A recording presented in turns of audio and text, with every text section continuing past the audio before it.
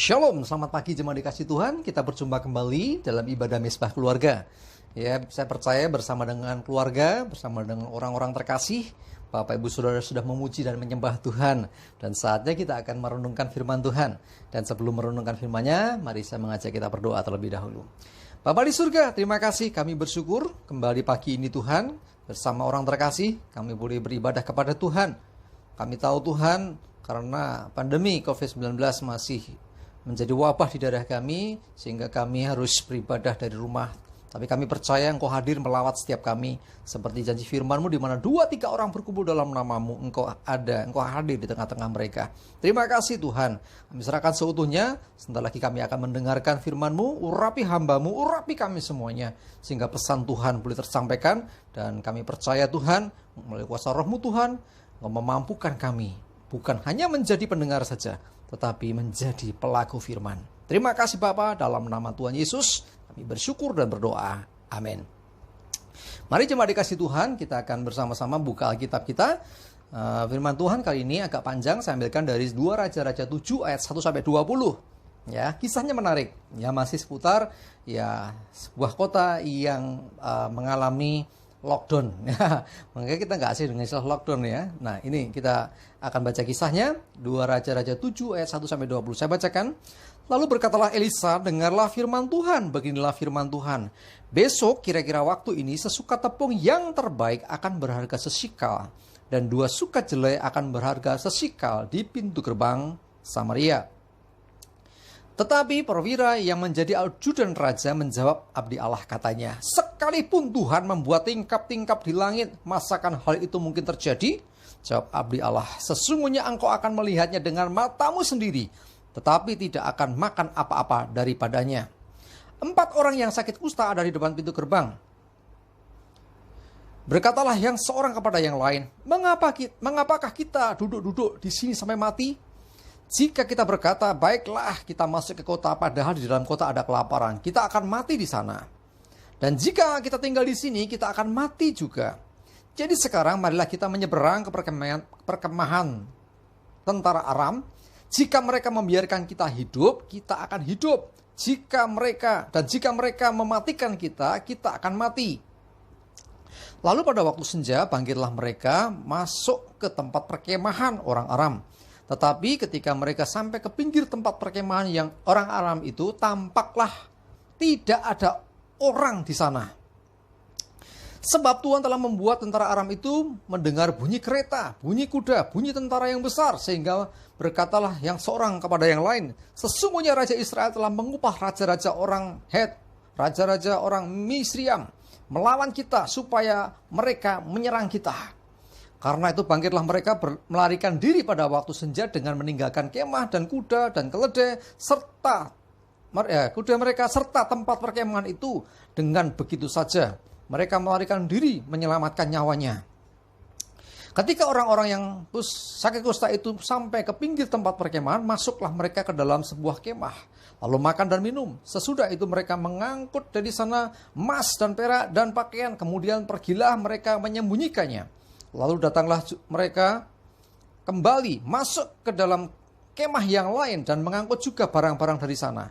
Kemudian pergilah mereka menyembunyikannya. Lalu berkatalah yang seorang kepada yang lain, tidak patut yang kita lakukan ini. Hari ini ialah hari kabar baik, tetapi kita ini tinggal diam saja. Apabila kita menanti sampai terang pagi, maka hukuman akan menimpa kita. Jadi sekarang marilah kita pergi menghadap untuk memberitahukan hal ini ke istana raja. Mereka pergi lalu berseru kepada penunggu pintu gerbang kota dan menceritakan kepada orang-orang itu, katanya, kami sudah masuk ke tempat perkemahan orang Aram dan ternyata tidak ada orang di sana. Dan tidak ada suara manusia kedengaran, hanya ada kuda dan keledai tertambat dan kemah-kemah ditinggalkan dengan begitu saja. Para penunggu pintu gerbang menyerukan dan memberitahukan hal itu ke istana raja. Sekalipun masih malam, raja bangun juga lalu berkata kepada para pegawainya, baiklah, kuterangkan kepadamu apa maksud orang Aram itu terhadap kita. Mereka tahu bahwa kita ini menderita kelaparan. Sebab itu mereka keluar dari tempat perkemahan untuk menyembunyikan diri di padang, sambil berpikir, apabila orang Israel keluar dari dalam kota. Kita akan menangkap mereka hidup-hidup. Kemudian kita masuk ke dalam kota mereka. Lalu salah seorang pegawainya menjawab, baiklah kita ambil 5 ekor dari kuda yang masih tinggal di dalam kota ini. Tentulah keadaannya seperti seluruh khalayak ramai Israel yang sudah habis mati itu. Biarlah kita suruh saja orang pergi supaya kita lihat. Sesudah itu mereka mengambil 2 kereta kuda. Kemudian raja menyuruh mereka menyusul tentara Aram sambil berkata, pergilah melihatnya. Lalu pergilah mereka menyusul orang-orang itu sampai ke sungai Yordan. Dan tampaklah seluruh jalan itu penuh dengan pakaian dan perkakas yang dilemparkan oleh orang Aram. Pada waktu mereka lari terbirit-birit. Lari terburu-buru. Kemudian pulanglah suruhan-suruhan itu dan menceritakan hal itu kepada raja. Maka keluarlah penduduk kota itu menjarah tempat perkemahan orang Aram.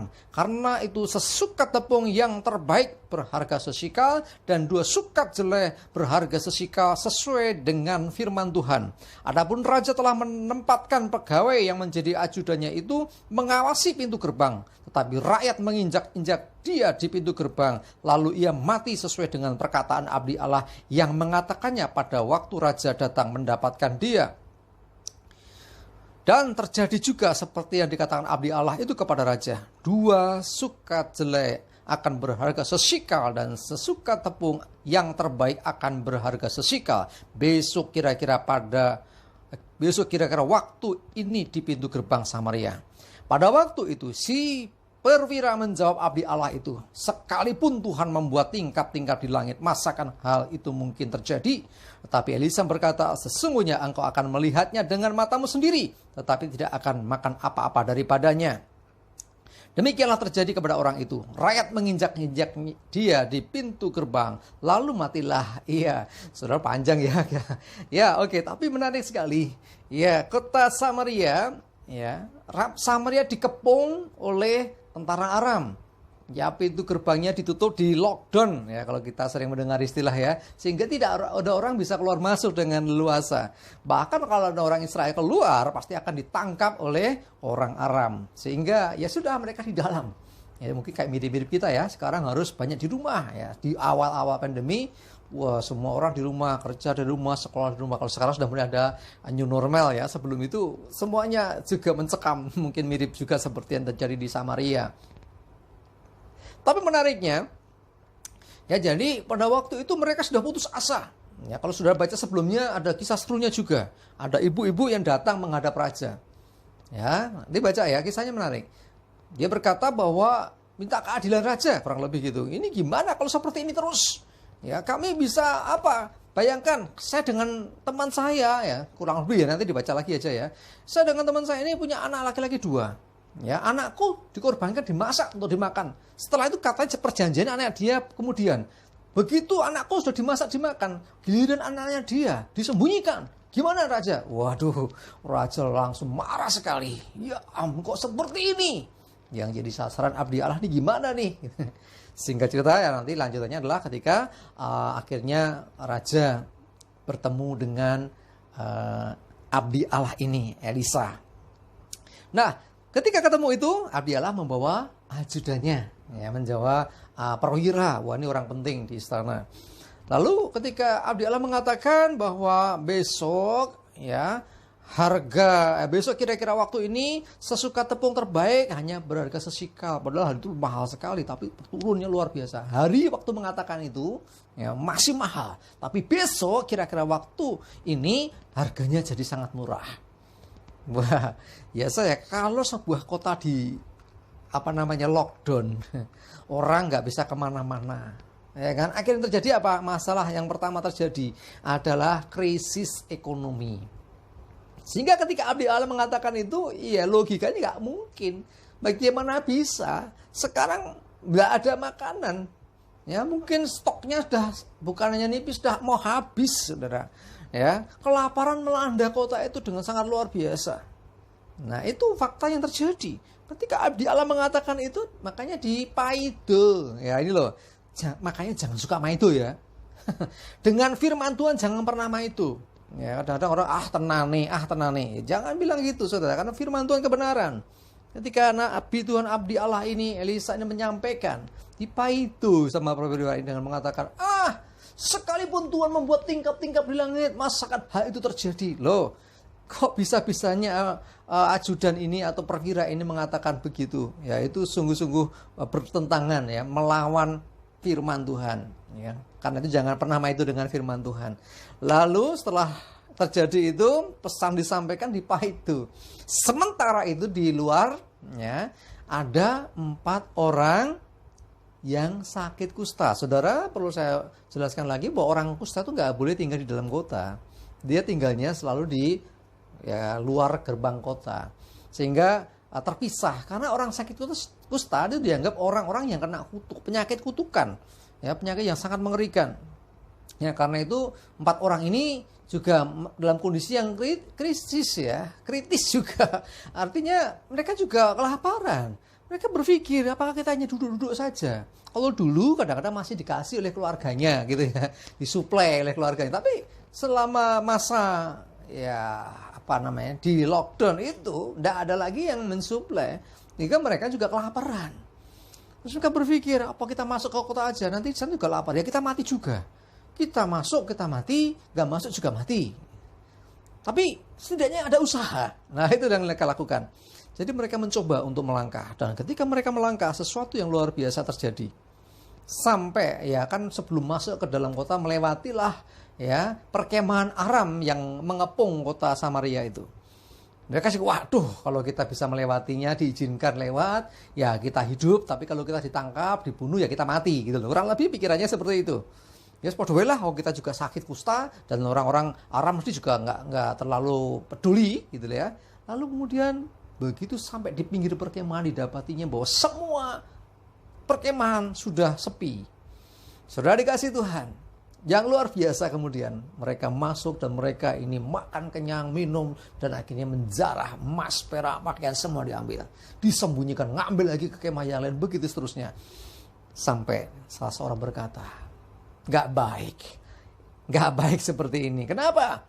Ini adalah hari yang baik, ada kabar baik untuk kota. Ayo kita sampaikan kepada istana, biar istana raja tahu. Jangan sampai mereka ini ketakutan di dalam, padahal di luar sudah gak ada apa-apa. Ya, ketakutan seringkali membuat orang itu istilahnya tidak melakukan apa-apa. Bahkan kadang-kadang melebihi dari realita. Orang yang ketakutan itu seringkali memandang masalah itu melebihi realita. Seakan-akan bisa sekali, nggak mungkin bisa. Nah, itulah yang terjadi di Samaria. Orang-orang udah ketakutan luar biasa, sampai tentara Aram udah pergi pun nggak bisa ngerti juga, nggak tahu juga, mungkin nggak ngingok, nggak pernah memantau, gitu. Mereka masih ngepung nggak toh, ya mungkin perhatiannya kurang.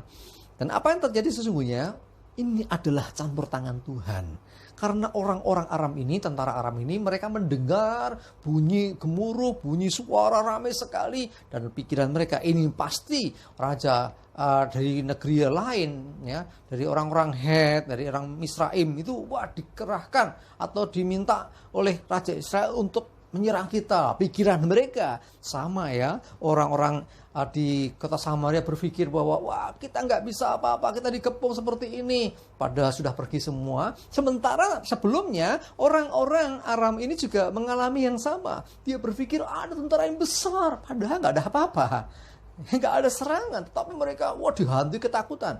Makanya saya katakan, ketakutan seringkali itu melebihi dari realita. Hati-hati, kita jangan sampai kita begitu paranoid, begitu ketakutannya, sehingga kita justru tidak melakukan apa-apa atau melakukan hal-hal yang keliru seperti yang dilakukan orang-orang Aram ini. Orang-orang Aram ketakutan karena mendengar suara yang luar biasa. Tapi saya percaya itu adalah tentara surga ya. Itu adalah cara Tuhan membuat orang-orang Aram ini pergi. Lalu kemudian singkat cerita, ini saya jadi nyeritain semua ya. Mereka setelah menjarah, mereka menyampaikan kabar. Kabar singkat cerita sampai kepada raja. Raja masih belum percaya. Ini jebakan ini. Jangan-jangan ketika kita keluar, nanti justru kita ini akan ditangkap. Justru kota akan diserbu. Mereka masuk ke dalam dan menguasai kota. Habislah kita. Nah, itu pikiran dari raja waktu itu. Tetapi yang terjadi sesungguhnya, adalah apa? Enggak demikian. Lalu ada satu orang pegawainya mengatakan, kenapa nggak dicoba, dipelajari, diselidiki. Dan kemudian utusan diberi. Dan utusannya kembali menyampaikan kabar bahwa tidak ada apa-apa kecuali pakaian dan perlengkapan yang dilempar orang. Sepertinya orang itu lari terburu-buru. Nah, singkat ceritanya adalah hari berikutnya, ya, rakyat ini sudah ketemu nih. Wah, dengar kabar bahwa di luar sudah nggak ada tentara, mereka menyerbu. Dan pada saat itulah ajudan raja sedang bertugas menjaga gerbang kota, mati diinjak-injak. Rakyat makan sampai kenyang. Ya, sementara ajudan raja, perwira yang menjadi ajudan raja ini melihat dengan mata terbuka, tapi tidak bisa makan karena diinjak-injak orang banyak sampai mati. Pesan apa yang ingin kita tangkap? Yang pertama adalah, ya, saat kita dalam tertekan, saat kita dalam kondisi tidak bisa berbuat apa-apa, saat kita terbatasi, kita butuh Tuhan. Amin. Kita butuh suara Tuhan. Kita butuh firman Tuhan. Tuhan, apa yang harus kami lakukan? Samaria dikepung, mereka butuh suara Tuhan. Dan bersyukur ada Elisa, abdi Tuhan ini, abdi Allah ini yang menyampaikan surat pesan Tuhan. Besok akan terjadi seperti ini. Ya, jadi kalau kita mendengar firman Tuhan, sikap kita jaga. Jangan ragukan firman-Nya dan jangan melawan firman-Nya. Perwira raja ini membantah, gitu loh, meremehkan firman Tuhan. Padahal Elisa mengatakan, beginilah firman Tuhan. Jadi kalau firman Tuhan disampaikan, harusnya kita, yes, amin, aku percaya. Saudara yang dikasihi Tuhan, firman Tuhan tidak pernah gagal. Firman Tuhan ya dan amin. Karena itu jangan seperti perwira ajudan raja ini, yang dia merasa bahwa firman Tuhan itu nggak mungkin terjadi. Bahkan mengatakan, masa kan hal itu terjadi? Loh, kok yuma itu?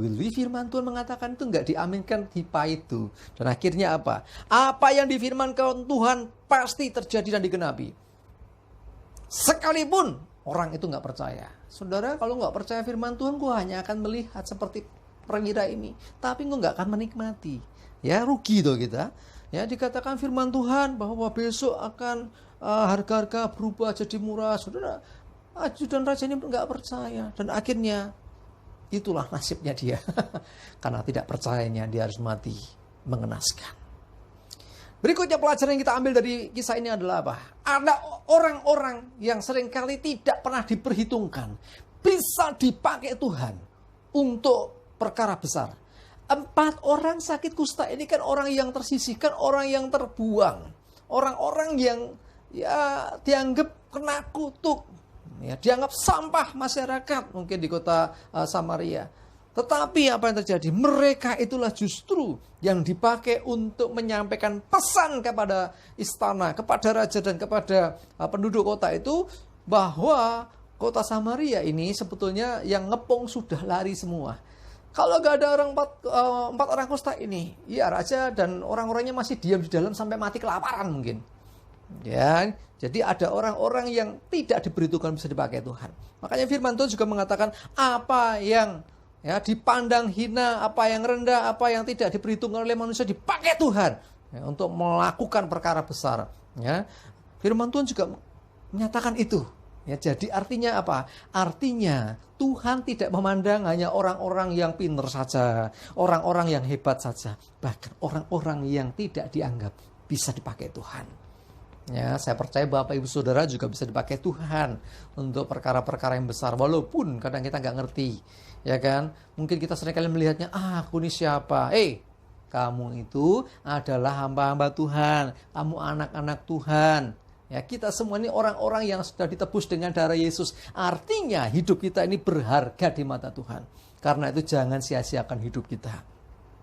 Pelajaran yang kita ambil, kota Samaria dibebaskan Tuhan dengan cara Tuhan. Ya, kenapa? Karena mereka sudah menerima firman Tuhan. Ketika firman disampaikan, kecuali ini loh, perwira ajudan raja ini yang membantah. Dia nggak menikmati, rakyat menikmati. Jadi Samaria dimerdekakan oleh karena pertolongan Tuhan. Bukan orang Samaria berjuang dengan senjata melawan tentara Aram, tetapi mereka diam saja dalam kota. Ya, Tuhanlah yang berperang ganti mereka. Jadi seringkali kita ini juga mengalami hal-hal yang kadang kita nggak tahu mesti bagaimana.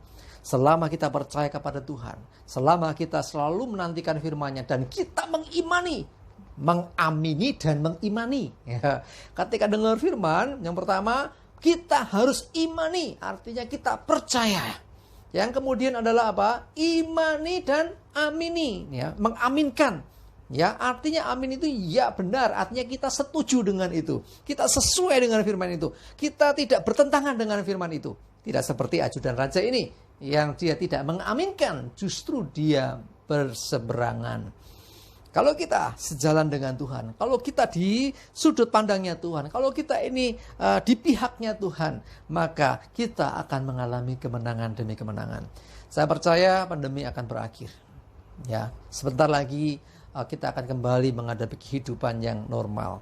Karena itu Bapak Ibu sudah dikasih Tuhan, terus percayalah kepada Tuhan, jangan jadi goyah. Gak bisa ibadah secara biasa reguler, masih bisa ibadah di rumah. Tapi ibadah loh ya.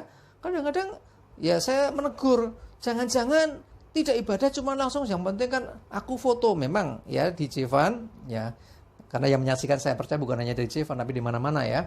Di Jevan kami minta supaya mereka memberikan foto report ya, kegiatan Misbah Keluarga supaya kita bisa pantau.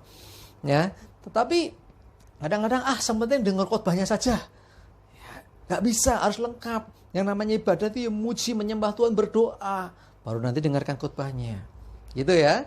Jadi kembali saya mengajak kita semuanya, mari andalkan Tuhan dalam setiap pergumulan hidupmu. Masalah boleh berat, masalah bisa besar, mintalah kekuatan yang dari Tuhan. Kadang-kadang kita seringkali ketika ada masalah, ya sebetulnya nggak berat-berat amat, tetapi karena ketakutan dan kekhawatiran kita, sehingga seakan-akan masalah itu sangat besar. Bahkan ketika masalah sudah berakhir, kita menganggap seperti masih ada masalah. Seperti yang dialami oleh orang-orang Samaria ini. Tentara Aram sudah pergi pun mereka masih berpikir, wah kita masih dikepung, padahal sudah pergi. Untung ada yang ngasih tahu. Tentara Aram demikian juga. Lah mereka ini orang-orang yang gak benar. Ya, mereka mendengar suara guru, suara bunyi yang mengerikan. Mereka ketakutan, padahal tidak ada yang kelihatan di depan mata mereka. Tapi mungkin juga memang itu suara itu benar-benar ada. Karena Tuhan sendiri bisa mengerahkan malaikatnya untuk membuat orang-orang itu menjadi ketakutan dan akhirnya meninggalkan perkemahan mereka. Jadi intinya, saya mau sampaikan Bapak Ibu Saudara, kuncinya di Tuhan. Apapun masalahmu, sebesar apapun pergumulanmu, beban hidupmu, kuncinya di Tuhan. Selama engkau mendengarkan perkataan Tuhan, selama engkau mengaminkan dan mengimani perkataan firman Tuhan, maka pertolongannya pasti terjadi. Kita bisa melakukan apa saja, kalau tidak sesuai dengan firman, justru kita akan masuk kepada masalah-masalah yang baru. Ya, jadi orang yang panik, orang yang khawatir, seringkali justru hidupnya tidak menemukan solusi, tambah masalah. Karena apa? Karena kepanikan, kita bisa menciptakan masalah-masalah yang baru. Karena salah langkah. Tetapi kalau mendengarkan Tuhan, kita ikuti petunjuknya, kita ikuti instruksinya. Kalau Tuhan mengatakan apa, kita ikuti. Jadi bukan dengan kita mengikuti kemauan kita, pikiran kita yang menurut kita mungkin baik, tetapi belum tentu baik. Tetapi kalau itu firman Tuhan, sekalipun tidak baik menurut hitungan dan ukuran kita, pasti baik. Ya, jadi sekali lagi, apa yang baik menurut kita belum tentu itu baik di mata Tuhan. Tetapi kalau itu baik di mata Tuhan, pasti juga baik untuk kita. Jangan berseberangan dengan Tuhan. Andalkan Tuhan dan selalu percayai firman-Nya. Kita butuh firman Tuhan setiap waktu. Kita butuh firman Tuhan setiap hari menuntun langkah kita sehingga kita tidak salah langkah, sehingga kita tidak salah jalan, sehingga kita bisa mengalami hidup berkemenangan bersama dengan Tuhan. Amin. Ya, jadi Bapak Ibu sudah dikasih Tuhan, kita sudah dimerdekakan dari dosa menjadi hamba kebenaran. Saatnya ikuti kebenaran, ikuti firman Tuhan, bagaimana Tuhan menuntun langkah hidup kita. Percayalah, Tuhan pasti menolong. Tidak ada satu perkara yang diizinkan Tuhan terjadi atas hidup orang percaya yang melebihi kekuatan manusia. Ya, dalam 1 Korintus 10 ayat 13 berkata, pencobaan yang kamu alami ialah pencobaan biasa. Bukan luar biasa, biasa, ya. Tidak melebihi kekuatan manusia. Saat dicobai, Allah adalah setia. Dia akan memberikan jalan keluar sehingga kamu dapat menanggungnya. Kamu sanggup menanggungnya. Kamu bisa menyelesaikannya. Itu firman Tuhan. Ya, jadi kalau masalahku terlalu besar, terlalu berat, saya mau beritahu saudara, tidak. Karena Tuhan menyatakannya tidak melebihi kekuatan manusia, maka sungguh-sungguh tidak melebihi. Kita diberi kekuatan sehingga kita bisa melewatinya dan berkemenangan. Amin. Kita berdoa. Terima kasih Tuhan, kami mengucap syukur pagi untuk firman-Mu. Biarlah kami semakin mengandalkan Engkau. Kami mau percayai setiap perkataan firman-Mu. Kami mau imani setiap janji firman-Mu. Sekalipun mungkin kami belum mengerti. Sekalipun mungkin tidak masuk di pikiran kami, di logika kami. Tetapi kalau itu firman-Mu, kami mau ya dan amin. Kami percaya karena Engkau sanggup mengubah keadaan yang tidak mungkin jadi mungkin. Sebab tidak ada yang mustahil bagi Tuhan. Demikian juga tidak ada yang mustahil bagi orang-orang yang percaya kepada Tuhan. Terima kasih ya Tuhan, bila firman-Mu meneguhkan kami, apapun pergumulan, apapun permasalahan yang membelit, yang membelenggu hidup kami. Kami percaya ketika kami mendengar firman-Mu, ketika kami mengikuti tuntunan firman-Mu, kami pasti berkemenangan. Terima kasih Bapa, kami mengucap syukur, kami serahkan seluruh jemaat-Mu dimanapun berada. Dan setiap orang yang menyaksikan tayangan ini, Tuhan menyertai, Tuhan memberkati, menguatkan, meneguhkan, supaya kami selalu mengandalkan Tuhan dan hidup berkemenangan di dalam Tuhan. Terima kasih Bapa, kami mengucap syukur di dalam nama Tuhan Yesus. Biarlah rahmat dan berkat Tuhan menyertai kita semuanya dari hari ini sampai selama-lamanya. Dalam berkat nama Tuhan Yesus Kristus. Haleluya. Amin. Jemaat dikasih Tuhan, ayo semangat terus, maju terus, tetap pegang firman Tuhan. Itulah kunci dari segala masalah. Itulah kunci dari segala pergumulan saudara. Ketika engkau mengikuti firman Tuhan, engkau pasti diselamatkan. Engkau pasti bisa berkemenangan. Tuhan Yesus memberkati kita semua. Amin.